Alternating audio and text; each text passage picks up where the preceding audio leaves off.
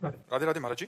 महाराज जी, क्या ग्रह नक्षत्रों का योग मनुष्य के जीवन के उतार चढ़ाव में व्यापक प्रभाव रखता है, और इसके अतिरिक्त क्या ग्रहों के गोचर के अनुरूप कार्य किए जाने चाहिए?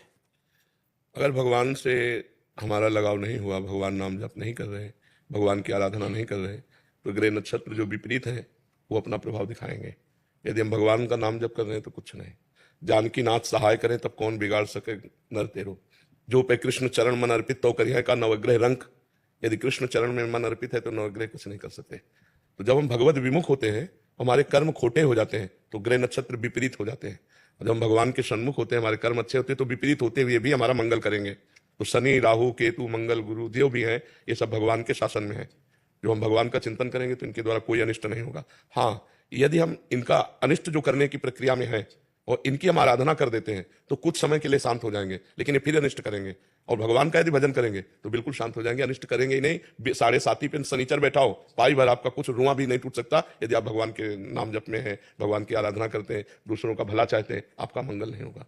और जब आप दूसरों का शोषण करना चाहेंगे तो चाहे जितना तेल चढ़ाओ, शनिचर आपको पिटाई करेगा, है नहीं? तो भगवान की आराधना से समस्त ग्रह नक्षत्र देवी देवताओं के प्रकोप से बचा जा सकता है। यदि हम भगवान का नाम जप करें तो कोई भूत प्रेत हमें स्पर्श नहीं कर सकता। यदि भगवान का नाम जप कर रहे हैं, कोई हमारे ऊपर मारण, मोहन, वशीकरण, उच्चाटन किसी का प्रभाव नहीं पड़ सकता। तो सबसे बढ़िया मंगलमय बात है, ना रुपया लगता है और ना कोई परेशानी। राम राम, कृष्ण कृष्ण, राधा राधा, हरि हरि हर समय जपते रहो। इसीलिए सनक सनंदन सनातन सनत कुमार जी निरंतर जपते रहते हैं, हरि शरणम, हरि शरणम, हरि शरणम, हरि शरणम, हर समय जपते रहते हैं। तो हमको भी जपना चाहिए भगवान का नाम, भगवान का गुण, भगवान की कीर्तन, भगवान की आराधना, जिससे हमारे द्वारा जो अमंगल कार्य हुए हैं पीछे, वो हमको रौंदने के लिए तैयार होंगे। तो भगवान ही बचा सकते हैं, दूसरा कोई नहीं बचा सकता। जी। प्राचीश गोयल जी, राघव गोयल जी। श्री हरिवंश। श्री हरिवंश महाराज जी। महाराज जी, हम कैसे जान सकते हैं कि हम भक्ति पर चल रहे हैं, भगवान हमारी भक्ति को स्वीकार कर रहे हैं और वे हमारे साथ हैं? क्या पहली बात, होता है? हम कैसे जान सकते हैं कि हम भक्ति के मार्ग में चल रहे हैं? तो उसके लक्षण है भाई। जैसे आप इंटर में पढ़ते हो तो उसका विषय है ना, फिर आगे बढ़ते हो तो उसका विषय है। ऐसे भक्ति का प्रारंभिक से लेकर के भगवत प्राप्ति तक का विषय है। हम भगवान का नाम जप करते हैं, हम भगवान का नाम कीर्तन करते हैं, भगवान की कथा सुनते हैं, भगवान को भोग लगा के प्रसाद पाते हैं और भगवान की शरण में है। यहाँ से भक्ति प्रारंभ होती है।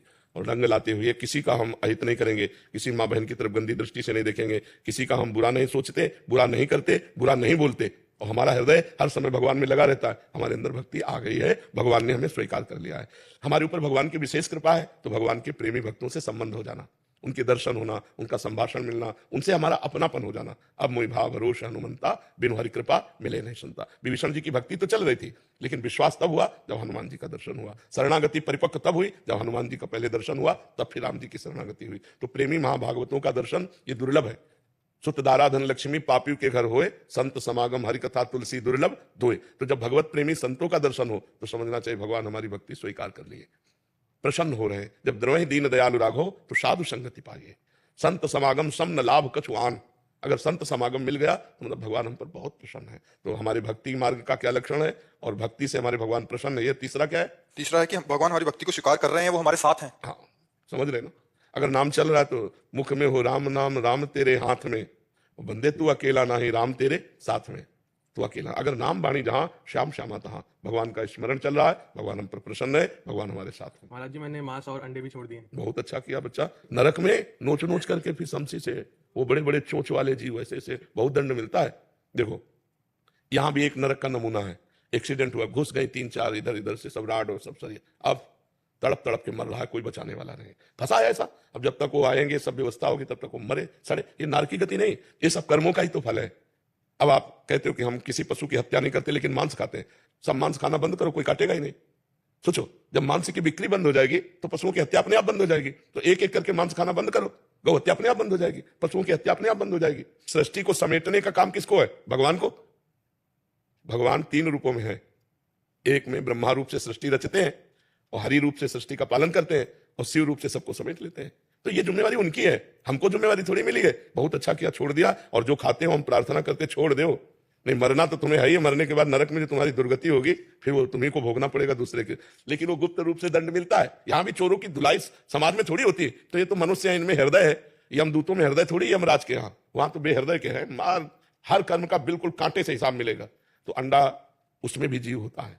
पक्षियों से ही उनका प्रादुर्भाव होता है अंडे का। हाँ, ये है कि तुम दवाइयां खवा करके बहुत जल्दी जल्दी कर लो, लेकिन उनमें जीव तो होता ही है ना। अगर वो अंडा अपने समय पे फूटेगा तो उससे चूजा निकलेगा कि नहीं निकलेगा? तो फिर वो तो